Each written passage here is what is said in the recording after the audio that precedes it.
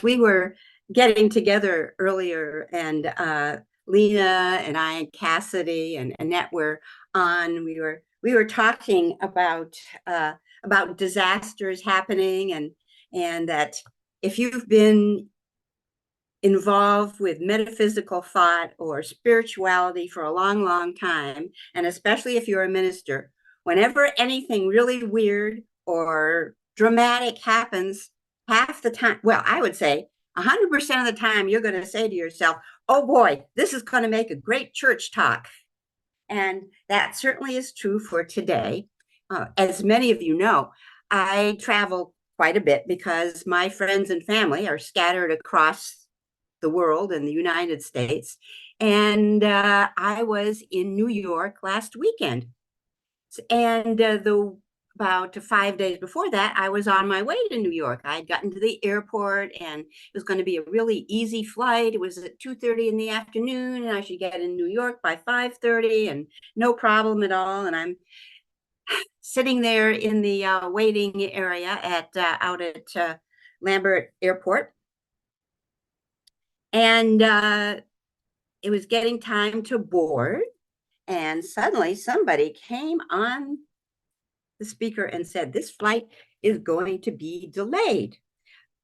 And they said, there's been an incident with a bird strike, and so the mechanics are going to check it, and we're just going to delay it for like 15 minutes. And it's just an example of we're going along in life, and all of a sudden something can happen that completely changes where we're going and how we're going and just upsets the whole apple cart. And for me, it was the fact that this flight was going to be delayed. And what I wanted to share with you is just some spiritual thoughts about delays and about life's interruptions and how we can choose to handle them, which is how the flight delay became a church talk. So, first thing about delays is that they are lessons in faith, because we have to have faith that there is some kind of a reason behind whatever it is that's going on. And we learn to sort of have faith and to trust that there must be a reason for this particular delay. Well, I heard the word bird strike. And I don't know about the rest of you, but what was it about? I guess close to 15 years ago, about 2009, there was a bird strike on a plane. And now some people don't know what a bird strike is. It is the unfortunate event when a plane flies through a flock of birds. And when this happens, there is going to be foreign material in the plane's engine. And in the case of the United flight back in 2009, both engines, as it was taking off, both engines of this airplane were disabled. And so Captain Sullenberger, who many of you probably have heard about, decided that rather than try to land the plane on another, there was not enough time to land it on another runway. Instead, he landed this plane in the middle of the Hudson River. And as I'm thinking of this, I'm thinking of Bob Jordan, who I told a little bit about this story on Facebook. And Bob Jordan said, well, you're so adventurous. Wouldn't you like to wouldn't you like to be in the Hudson River? What another adventure. No, I don't think I want to. Not when it's this cold outside. Anyway, what gave me peace of mind was realizing, oh, there is a reason for this delay. And I'm going to trust that if there's a reason, there's a good reason behind it. And instantly, by the time they delayed that flight for another 15 minutes, and I heard the word bird strike, I was on the phone to my daughter. And I said, it may be that we have a change of plans here, because I have a feeling this plane is not going to take off. And they kept putting another 15 minutes and another 15 minutes. So first of all, the point that I want to make as far as these delays is that sometimes we just sort of have to trust and let go of what our original plan was, even though it may have been a glorious plan. Sometimes we just sort of have to let go and trust that there's a reason behind that delay, whether it's a delay in a goal that we have or a delay in in our life that's caused by, a family crisis or illness or these kinds of things. They're part of real life. They happen all the time. We live under this illusion that somehow life is going to just proceed exactly the way we plan. And of course, that doesn't always happen that way. When these kinds of things happen, one of my favorite sayings that I keep going back to from Reverend Phyllis Clay Sparks was her question in one of her talks where she said, "Well, do you believe in God?" And then she said, "Well, what are you worrying about then?" And sometimes we sort of need to sort of remember that we are human beings here having a spiritual experience, and we have to remember the spiritual part of it and trust that there's a reason for the delay. So in my case, the reason for the delay was bird strike. And I decided I am not getting on this plane. I'm not going to take a chance of an engine taking off that might have feathers in it or who knows what. And I certainly don't want to end up in the Mississippi River rather than the Hudson River. So I knew that we would have to change. Now, this is really interesting because one of the things about change and about having interruptions in our life is that it's an opportunity to be creative. And it is really interesting. I have been traveling by air for many, many, many years. I used to have a job when I was in corporate America where I'd be getting on a plane at 6 o'clock in the morning in San Francisco and flying back and forth to New York and Washington and up to Seattle and cross country flying all the time. And it used to be that when there was a delay in a flight, the poor desk person, the administrative person, the gate person would be just slammed with all these people rushing up. I've got to change my flight. I can't believe this is happening. And I have an emergency and all of these things. And it was really interesting to me to see that creativity has taken place on the airline's part, and also that we have actually grown up as citizens of this world. Because when the second 15-minute delay was announced, the person at the desk said, if you are concerned at all, instead of just, forgetting about the passengers, the person at the desk said, if you're concerned about making a connecting flight, please come to the desk and I will make these arrangements for you. And also, we have a special card. And she showed us this card. And there's a special card you can take if you want to do this yourself. Here's a special 800 number. And so the creativity that has taken place since the old days is that now the airlines, at least American Airlines, they have what I would call a war room, where when there's a canceled flight or flights being delayed, you have a direct contact with somebody whose only job is to get you on another flight within the same day.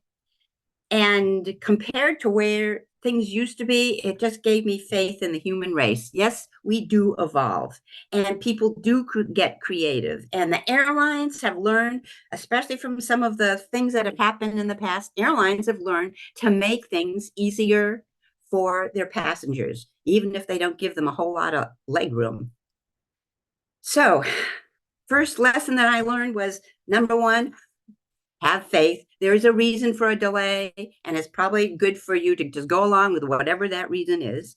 And secondly, delays are an opportunity to be creative.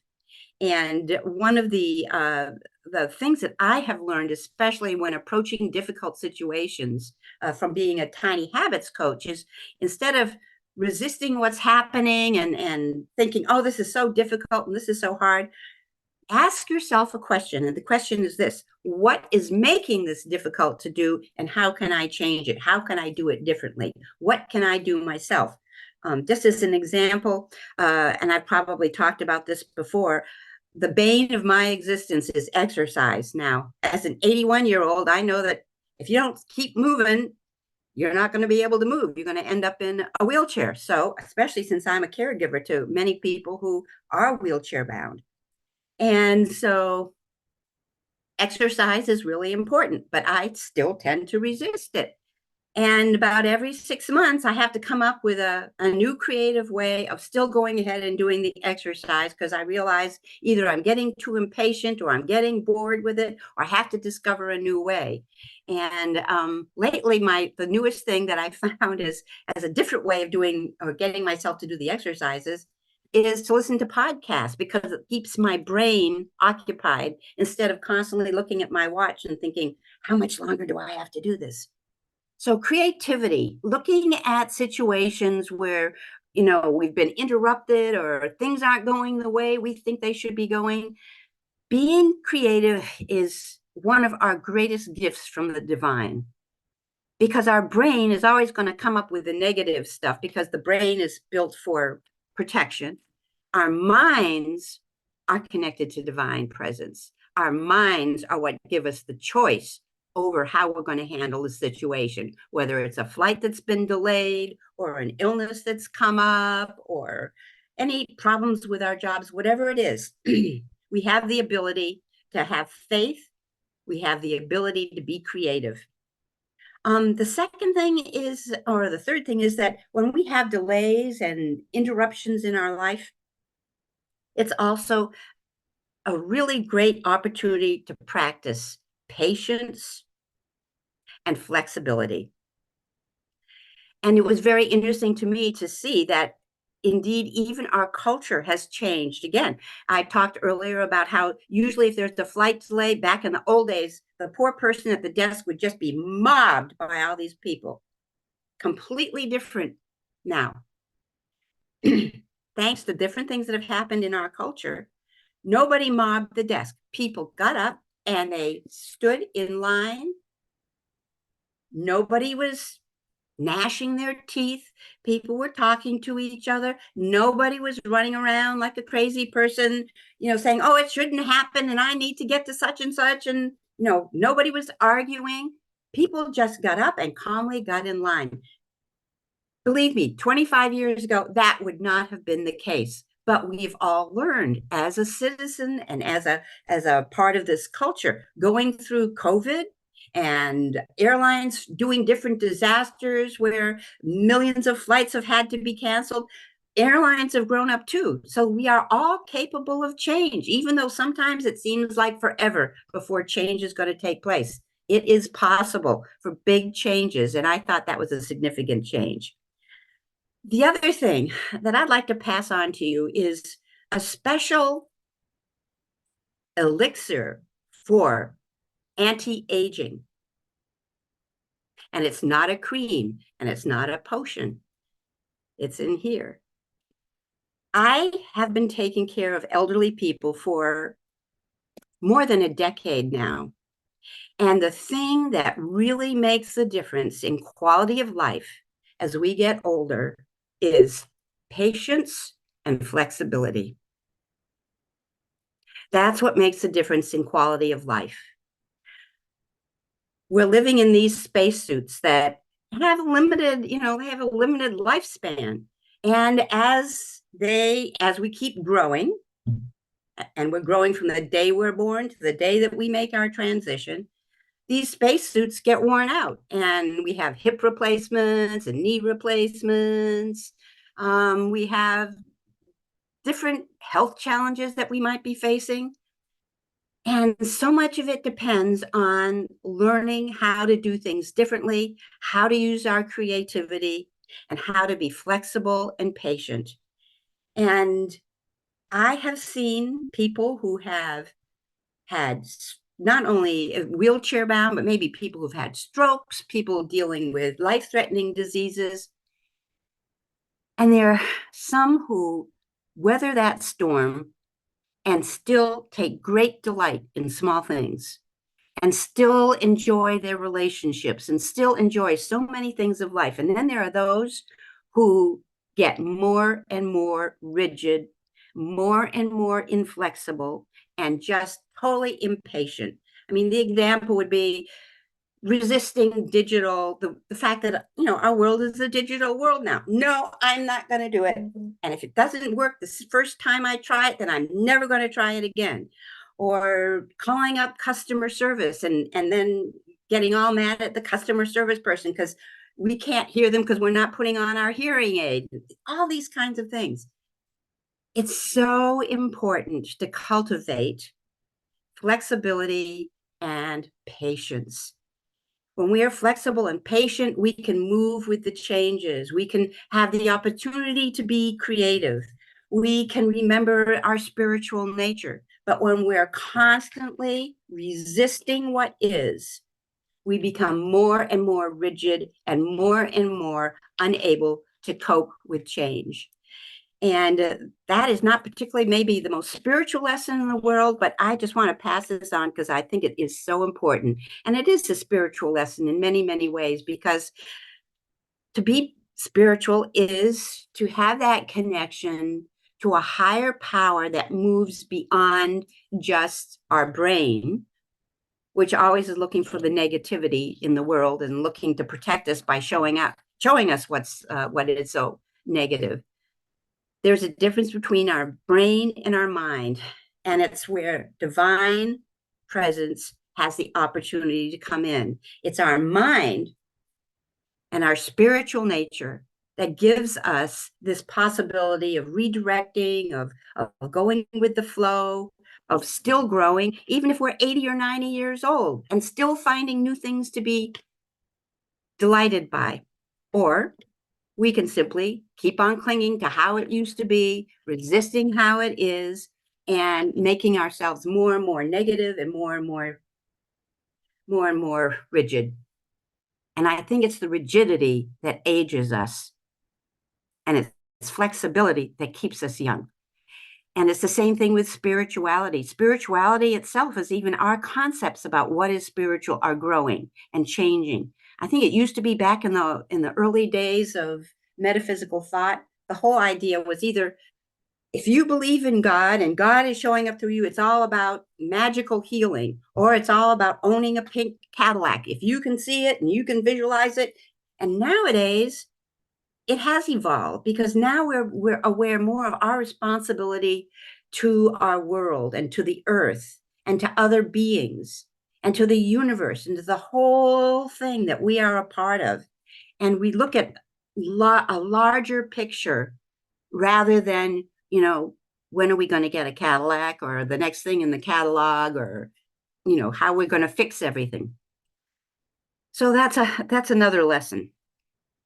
Finally, this is an opportunity for, how would I say? I'm going to back up a little bit. It's an opportunity to be still and to reflect. When changes happen, when interruptions happen as they do in real life, it's an opportunity for us to stand back and look and think and reflect. That's why it's important to have some kind of a self-awareness practice, whether you choose meditation or journaling or walking in nature. It's really important to be aware of where we are and what we're thinking about and how we're processing life. We have the most wonderful opportunity right now. And I'm so glad I happened to have this Sunday to do my church talk, because we have a wonderful opportunity this coming week and today to practice what Buddha talked about. And that is the opportunity to not be attached to outcomes. Because it's not what happens to us, it's our thoughts that happen. It's our thoughts about what happened. So Buddha talked about attachment. It's our attachment for how things really should be in order for us to be happy. And then we resist what's going on because we think, no, it really shouldn't be this way. It should be another way. So what is my example, and what is it that we get to practice all this week? That's a change and an interruption, and some people might even think. The time has changed. Today we sprung forward. Now, for many of us, I'm sure we heard either ourselves or someone else in the past 24 hours complaining bitterly that, oh, now we have to get up and it's going to be dark when we get up, and we have to get up so early. And why doesn't Congress make it just one time change instead of two? Why do we have to change twice a week or twice a year? And we just resist all this business about the time change and how we have to get up earlier. And I would challenge you over the next 48 hours, actually for the rest of the week, every time you think about how the time has changed, or you're looking at your watch and so you're saying, well, it's 11 o'clock, but it's really 12 o'clock, or it's 12 o'clock, but it's really, and you're going through all these machinations. That, my dear, is attachment.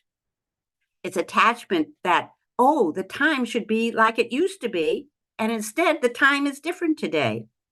So every time you think about it, just remember there is an example of attachment. What a great lesson from Buddha, because it's our thoughts about the change that make us miserable. Otherwise, it's just something that's happened. And the people who are flexible and who have patience go with the flow and say, oh, now we get to go to bed an hour earlier. And now my kitty cat is waking me up at 5 o'clock instead of 4 o'clock. How wonderful. So, so that is the big lesson about attachment. And of course, let me get back to my flight and what happened with this flight. So I called up my daughter. We decided probably a good idea. As soon as they announced another flight to another delay, and I already knew it was a bird strike, and that does not make me feel very comfortable getting on a plane. We called up the 800, the special 800 number. Instantly, somebody was on the phone. We were not put on hold. Instantly, he said, well, you can do two things. You can either go to another flight that will go by way of Chicago, and you'll get into New York at 10:30 tonight, or you can take first thing in the morning tomorrow, you can take another flight. And all of a sudden, I experienced brain freeze. And being a spiritual being, I thought to myself, what is it that's what am I attached to that making it hard for me to make this decision? We were going to go to the opera. We were going to see the greatest soprano. She is to opera what Taylor Swift is to pop music.